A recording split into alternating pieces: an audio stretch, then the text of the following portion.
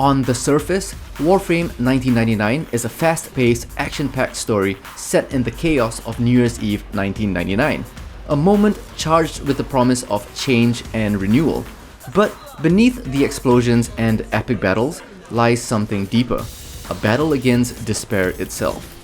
Here on Cutscene Collective, we've already covered in depth why 1999 is the perfect expansion in a previous video.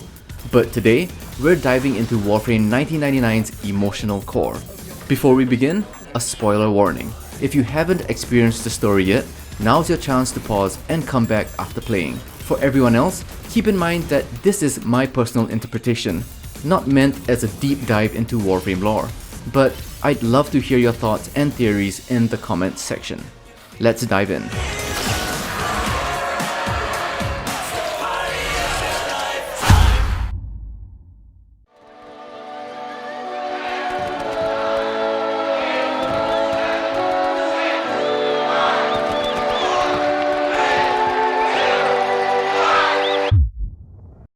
The Hex finale takes place in the shadow of an impending nuclear explosion, with Arthur and the Drifter racing to stop an entity known as the Indifference.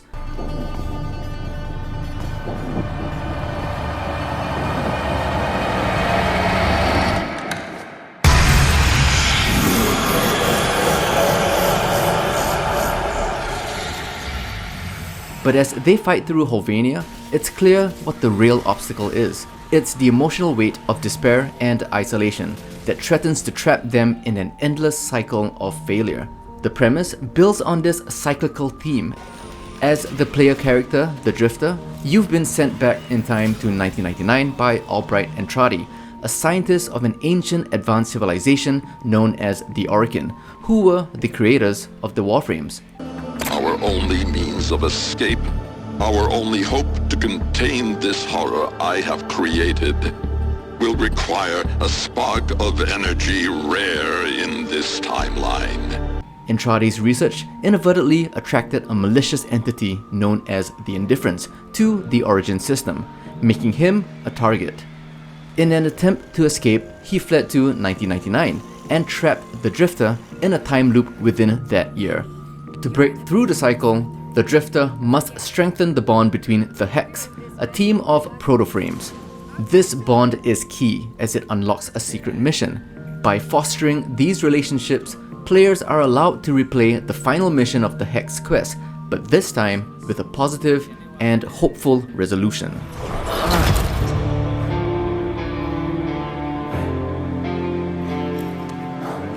I was too slow.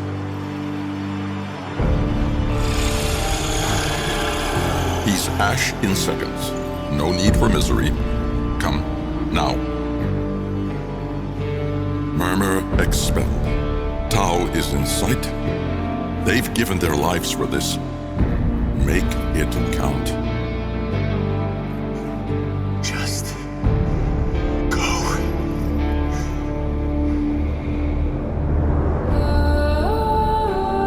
No. I can save them. Not unless you know them.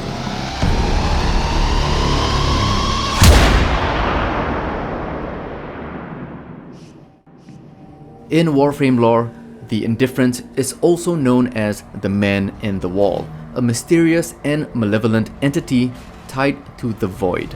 Its motivations as an antagonist are rooted in chaos and entropy, seeking to manipulate and torment those who come into contact with it, feeding on their despair and internal struggles. The Indifference is more than just a villain, it's a manifestation of despair itself. It thrives on hopelessness, feeding on isolation and doubt. It's the voice in our heads that say, "You are not enough." We build a wall to repress it, only to give it more power. To defeat it, Arthur and the Drifter must confront this despair directly, not by brute force, but through connection and trust in their team. As a metaphor for depression, the Indifference represents the cycles of negative thinking that trap us. It's a stark reminder of how internal struggles can shape external realities, and how breaking free requires vulnerability and support. The Hex team's ability to work together becomes their greatest weapon against this oppressive force. Through moments of humor, trust, and support, the Drifter and the Hex learn that the antidote to despair isn't solitude, but connection. Master, my master, why hast thou abandoned me? All that matters is I'm here now. There, my faithful man-cat. But is it really you? After all these years, Master, you're hurting me.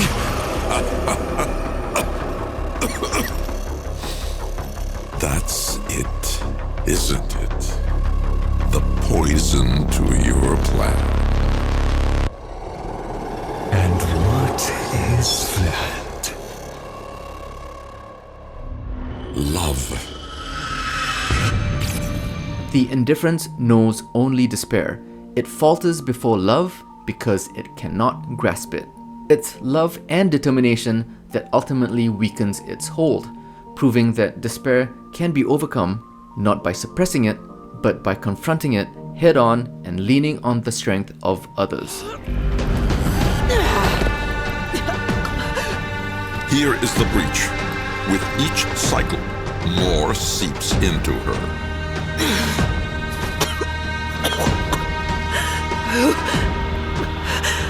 Who are you? Kill her.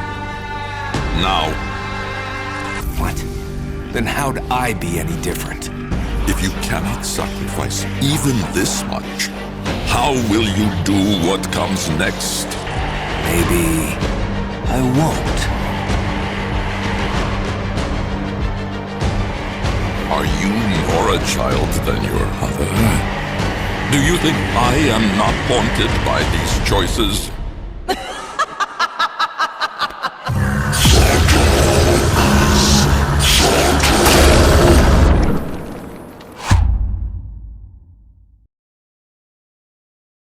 The revelation that love is the Indifference's weakness is pivotal. Entradi's insight underscores a profound truth. Despair isolates, but love forms connections. The true final mission is unlocked after fostering relationships with the Hex and sees them face relentless waves of enemies in a coordinated attack. As it happened in previous loops, Arthur sits defeated. However, this time, because of a stronger connection, Drifter reaches out to help Arthur. In this moment, Arthur's journey becomes clear.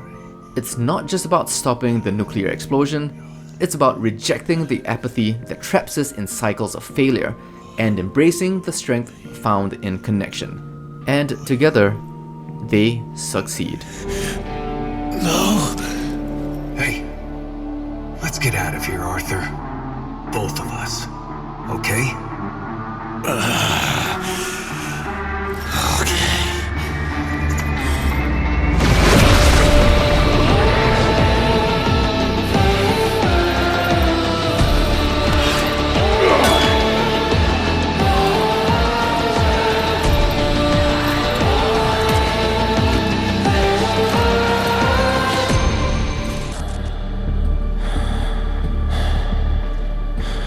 Your heart would struggle to move them.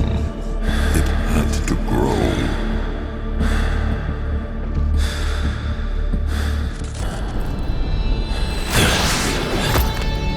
With others. Carry this power with mercy, Tenno.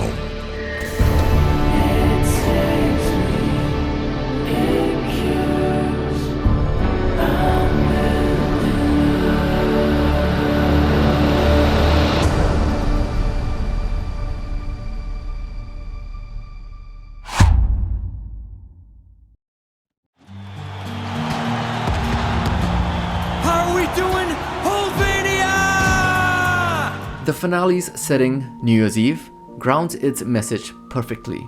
The ticking clock mirrors the urgency we feel to break free from old patterns as one year ends and another begins. The story challenges us to embrace change, to reach out and to start anew. Warframe 1999's Hex finale isn't just a thrilling conclusion to an epic story, it's a call to action. It reminds us that love and connection are the keys to breaking cycles of negativity and despair, both in-game and in our own lives. By facing our inner indifference and embracing the power of relationships, we can find renewal and hope in the most challenging times. It's a message that feels especially timely as we approach another new year. If you've enjoyed the video, it truly helps if you like, subscribe, and hit the bell icon to support us here at Cutscene Collective, where we explore the stories behind your favorite games. Let us know your thoughts on the Warframe 1999 storyline. And till the next one, Happy New Year!